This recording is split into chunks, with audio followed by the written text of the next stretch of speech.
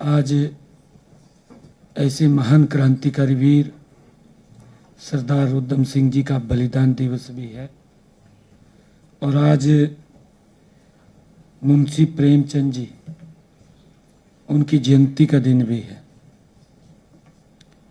और सावन मास का ये महीना चल रहा है। सरदार उधम सिंह जी जैसे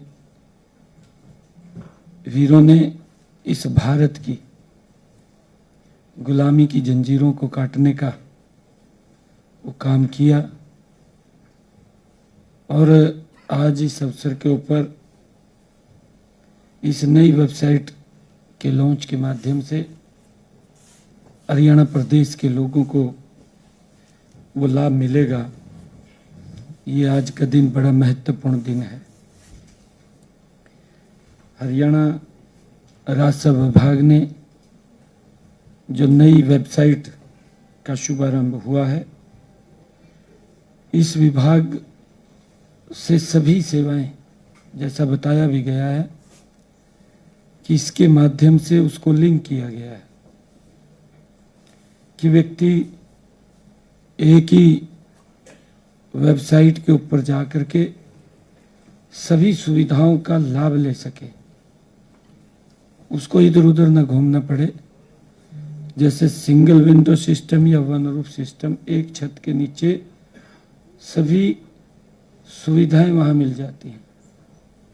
रेवेन्यू विभाग ने जो आज नई वेबसाइट लॉन्च की है, हरियाणा प्रदेश के अलग अलग जो योजनाएं चल रही हैं, उन योजनाओं का लाभ इसके माध्यम से उनको मिलेगा।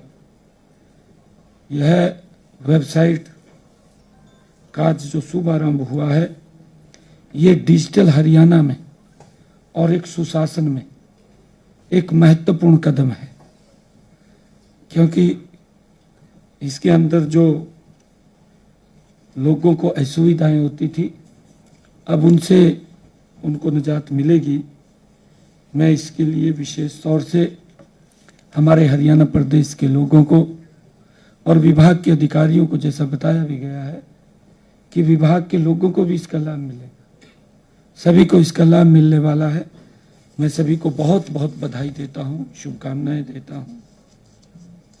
राजस्व विभाग हमारा एक ऐसा विभाग है जो एक रीढ़ की हड्डी का काम करता है। हमें और आमजन के ये दुख दर्द के साथ ये जुड़ा होता है। जब जब भी कोई आपदा या कोई संकट आता है तो सबसे पहले इसी विभाग से ही लोग उम्मीद करते हैं, राजस्व विभाग से ही। और यह विभाग हर बार उन लोगों के विश्वास के ऊपर भी खरा उतरता है, क्योंकि हम देखते हैं कि आज जो क्षतिपूर्ति पोर्टल इसके साथ लिंक किया गया है और उसके माध्यम से आज हरियाणा प्रदेश के जिनकी फसल का खराबा हुआ, उस फसल के खराबे का आज 52 करोड़ 14 लाख रुपया 22,617 जो हमारे बेनिफिशरीज किसान हैं, जो लाभार्थी किसान हैं जिनकी फसल का खराबा हुआ, उन लोगों के खाते में ये पैसा पहुंच गया है। ये हमारे लिए एक सुखद अनुभव भी है, सुखद बात भी है कि व्यक्ति का अगर नुकसान होता है तो सरकार उसकी भरपाई के लिए तैयार रहती है। और यही कारण है कि जब हम देखते हैं समय समय के ऊपर, जब हमने इसे ऑनलाइन किया, ऑनलाइन करने का मेरे किसानों को बड़ा लाभ मिला, क्योंकि कुछ हमारे विपक्षी भाई इस प्रकार का दुष्प्रचार भी करते रहे हैं कि हम पोर्टल को बंद करेंगे। भाई पोर्टल को तो बंद होगा, परंतु उन लोगों का क्या होगा जो बेनिफिशियरी है। जिस प्रकार का धंधा, मैं धंधा ही कहूंगा, जिस प्रकार का धंधा उनके समय में चलता था, अब ट्रांसपेरेंसी आई है। अब व्यक्ति का अगर फसल का खराबा होता है तो सीधा पैसा उसके खाते में पहुंचता है, लाभार्थी को पहुंचता है सीधा पैसा। पहले वो सीधा पैसा नहीं जाता था, वो कहीं ना कहीं लीक होता रहता था, और जो मेन बेनिफिशियरी था उस तक पहुंचते तक वो बहुत ज्यादा लीक हो जाता था।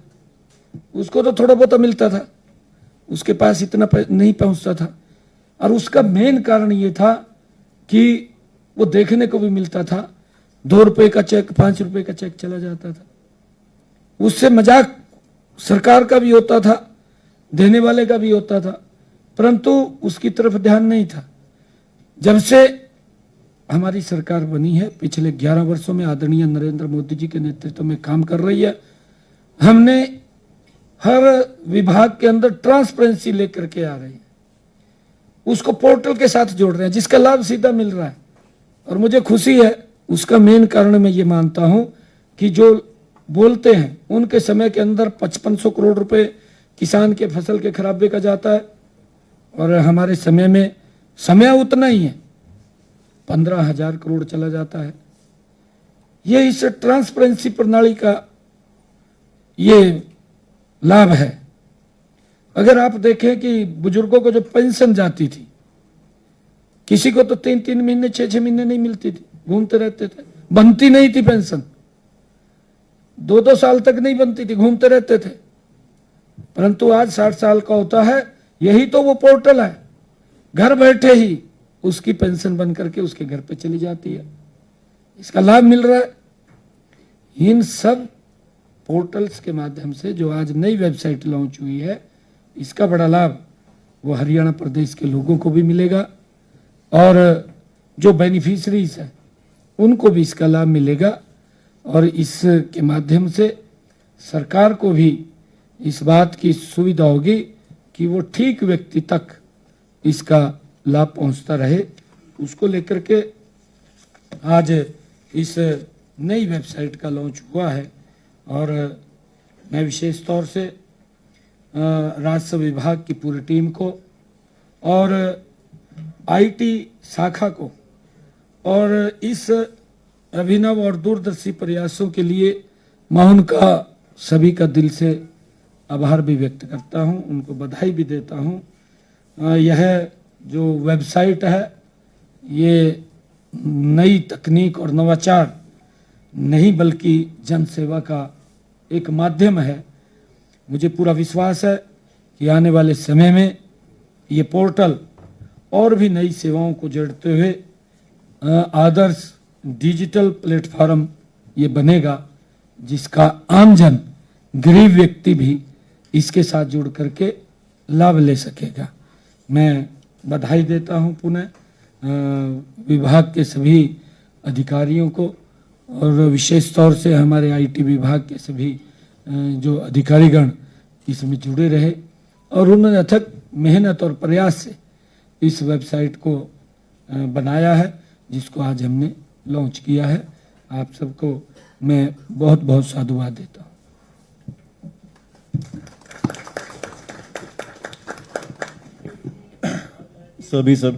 सभी को बहुत बहुत बधाई। मैं अनुरोध करूंगा सभी से एक एक सवाल पूछे।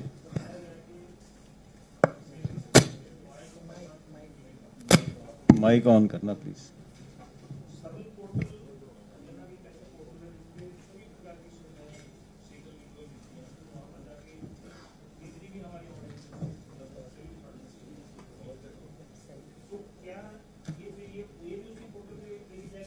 ये मास्टर पोर्टल बनाया है, नहीं वो भी उसके साथ लिंक करती है। हाँ, सभी जगह एक ही अगर वेबसाइट खोलेंगे, जैसे नई वेबसाइट बनी है ये रेवेन्यू एंड डिजास्टर मैनेजमेंट ये पोर्टल, ये आज लॉन्च हुआ है। अगर इसको खोल लेंगे तो उसके अंदर अभी दिखाया भी आपने स्क्रीन के ऊपर देखा होगा, इसके अंदर 12 योजनाएं सर्विस के अंदर लेके आइए। सर्विस के अंदर ये नीचे इसको डाउन करिए नीचे ये 10 हाँ 26 इसके अंदर सेवाएं जुड़ी हैं। ये सभी की सभी इसके अंदर देख करके जिसके ऊपर भी वो लिंक करेगा उसी के साथ चला जाएगा, उसी साइट पे चला जाएगा।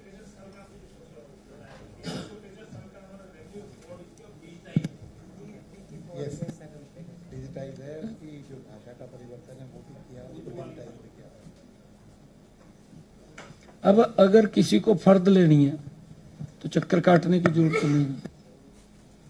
अब हम इसके अंदर, मैंने जो बात कही है कि इसके अंदर और हम अपडेट करने वाले हैं कि व्यक्ति को रजिस्ट्री के लिए भी चक्कर ना काटने पड़े। ऑनलाइन थी, ऑनलाइन थी, हमने आकर के की थी ना सर पोर्टल के ऊपर, उसको वो अपना घर बैठे ही ऑनलाइन उसको डाउनलोड कर सकता है।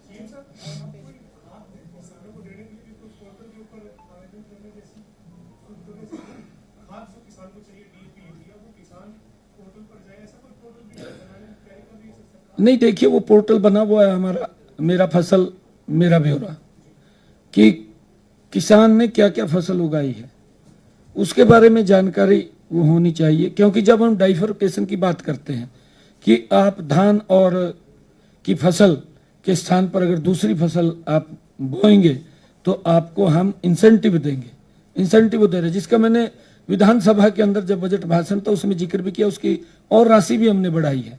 तो उसका, क्योंकि हमें पता होना चाहिए, जब मेरा फसल मेरा ब्यौरा पोर्टल के ऊपर वो अपडेट होगा तो उससे हमें पता लगेगा कि किसी ने क्या फसल किसके अंदर बोई है, क्या नहीं बोई है, उसका सारा। नहीं, देखिए जितनी आवश्यकता है, वैसे तो मैं ये कहना चाहूंगा, क्योंकि हमें आदरणीय प्रधानमंत्री जी का जो विजन है कि प्राकृतिक खेती की तरफ हम ज्यादा बढ़े। जो बहुत ज्यादा पेस्टिसाइड और खाद का हम बेतहाशा उपयोग कर रहे हैं, इसका कहीं ना कहीं नुकसान मानव शरीर के ऊपर पड़ रहा है, पशुओं के ऊपर भी पड़ रहा है, जीव जंतुओं के ऊपर भी पड़ रहा है। इसका कहीं ना कहीं बैड उसका इफेक्ट आ रहा है और उसको लेकर के हमें इसके लिए सचेत होने की आवश्यकता है कि हम कम से कम खाद का, पेस्टिसाइड का उपयोग करें, जिससे कि हम देखते भी हैं कि बीमारियां कितनी संख्या में आ गई हैं। पहले इतनी बीमारी नहीं होती थी, कोई गोली लेकर के ठीक हो जाता था, आज बड़ी भारी दिक्कतें हमारे सामने आ रही हैं। तो उसको लेकर के अवेयर करने की ये जरूरत है, उसको अवेयर करेंगे और हम इसको कंसोलिडेट भी करेंगे। जो भी हमें मेरा फसल मेरा ब्यौरा के ऊपर भी कितनी लैंड के ऊपर फसल हो रही है, वो किसी प्रकार की फसल है, चाहे वो गन्ना है, चाहे वो मस्टर्ड है, चाहे वो सनफ्लावर है या आलू की है या कोई भी फसल है, वो हमें उसका मालूम होना चाहिए। क्योंकि हम कई योजनाओं के साथ उसको जोड़ रहे हैं। जैसे सब्जी का किसान है, सब्जी के किसान को भावांतर भरपाई देने का काम कर रहे हैं। पहला ऐसा राज्य है हरियाणा प्रदेश जो अब हरियाणा के किसान को भावांतर भरपाई देने का काम कर रहा है कि अगर उसकी फसल बाजार में, मार्केट में कम दाम के ऊपर जाती है तो उसकी भरपाई, ये पहला ऐसा राज्य है कि उसकी भरपाई करने का काम कर रहा है। और हमने हरियाणा के अंदर, ये भी देश का पहला ऐसा राज्य है कि जो अपने किसान की पूरी फसल एमएसपी पर लेने का काम कर रहा है।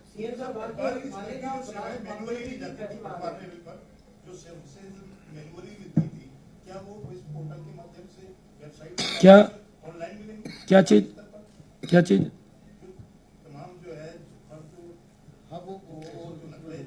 जैसे जैसे इसको अपडेट करेंगे आपको बताते रहेंगे ना। आज आप अपडेट किया, आपको बताया, बुला करके आपके सामने रखा है, ये आगे इसको अपडेट करेंगे फिर बताएंगे आपको।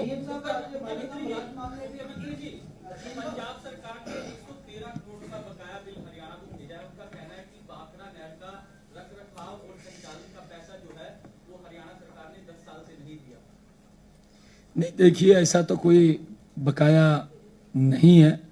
अगर उनको कुछ लगता है, हमारे अधिकारी उसको जांचेंगे, देखेंगे। भेजने में तो कोई भी भेज दे, मैं भी कहीं चिट्ठी भेज दूं। चिट्ठी भेजने का क्या।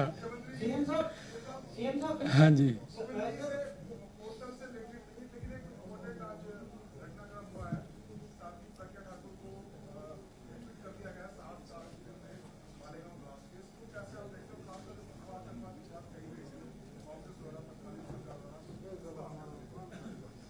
नहीं उसको एडमिट तो नहीं किया गया। हाँ, ये उसको क्लीन चिट दी गई, बरी कर दिया गया। देखिए एक सोची समझी साजिश के तहत जो ये बात दुष्प्रचार किया गया था कांग्रेस के द्वारा भगवा आतंकवाद, आज उसका पूरा का पूरा शीशा वो सामने आया है। और माननीय अमित शाह जी ने भी अभी लोकसभा के अंदर 1-2 दिन पहले ये बात कही है कि हिंदू कभी आतंकवादी गतिविधियों में शामिल नहीं होता, क्योंकि ये बहुत ज्यादा विकास के अंदर और शांति के अंदर विश्वास करने वाले लोग हैं। और किस प्रकार से दुष्प्रचार करके एक भगवान आतंकवाद का भय फैला करके लोगों के अंदर डराने का काम किया था। आज जब माननीय कोर्ट ने उसको क्लीन चिट दी है तो वो सबके सामने शीशा आया है।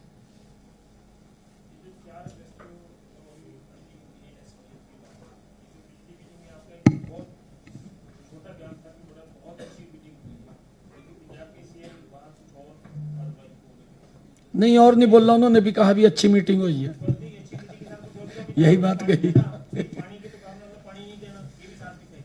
किसने ना, ये नहीं कहा, ये नहीं कहा उन्होंने, नहीं उन्होंने ये नहीं कहा। नहीं देखिए, उन्होंने ये नहीं कहा कि हम पानी नहीं देंगे, उन्होंने ये कहा कि बहुत अच्छी सार्थक उसके अंदर मीटिंग हुई है, कई विषयों पे चर्चा हुई है और अब आगे चर्चा होगी। 5 तारीख को मीटिंग है, 5 तारीख को वो चर्चा करेंगे। 5 को या 4 को कोई भी डेट आएगी, अभी फाइनल नहीं हुई। सबका सब बहुत बहुत जैसे जैसे बात आगे बढ़ेगी उसको बता दिया बढ़ाएंगे। पंजाब हमारा भाई है। आज मैं सुनाम गया था ना, शहीद उधम सिंह जी की उस जन्मभूमि के ऊपर मैं प्रणाम करने गया, नमन करने गया, क्योंकि ये सारा ही पंजाब था। मैं तो बोलता हूँ आज भी हम एक छत के नीचे रह रहे हैं, आज भी हम, दीवार वो तो हो सकती है बीच में, पर दीवार भी नहीं है। अगर आप देखेंगे जाके, दीवार भी नहीं है, अंदर से अंदर चले जाते हैं, एक ही बेड़ा है। बहुत बहुत धन्यवाद सर। मैं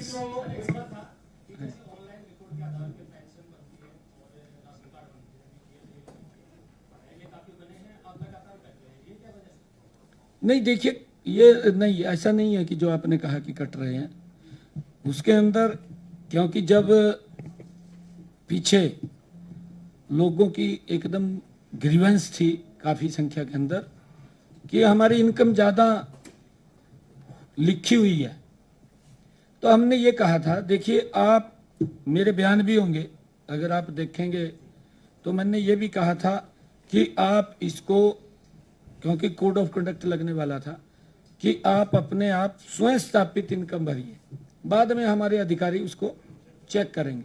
ये बिल्कुल मेरा, हाँ मैंने तभी कहा था, परंतु विपक्ष ने जिस प्रकार का दुष्प्रचार किया, क्योंकि विपक्ष के पास मुद्दा तो है नहीं कोई, दुष्प्रचार बोलता है, झूठ बोलता रहता है। वो कहता है भी इतने बीपीएल बन गए, भाई बीपीएल बन गए तो आपके समय के अंदर तो क्या स्थितियां थी, गरीब व्यक्ति तक लाभ ही नहीं पहुंचता था।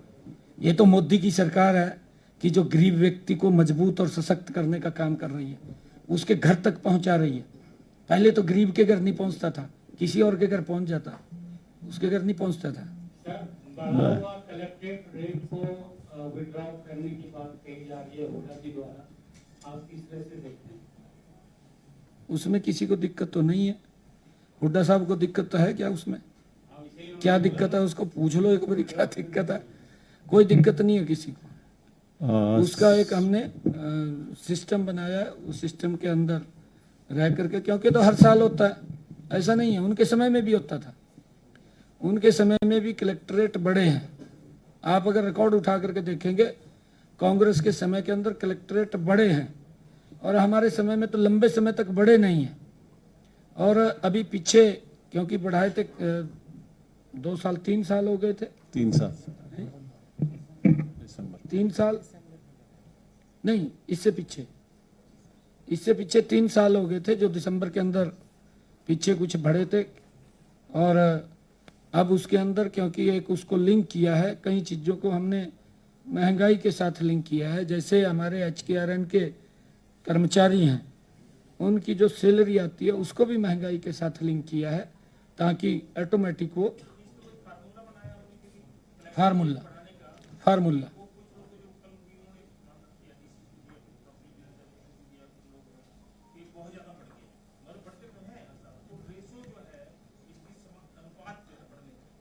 नहीं देखिए, मैं आपको बताना चाहता हूँ,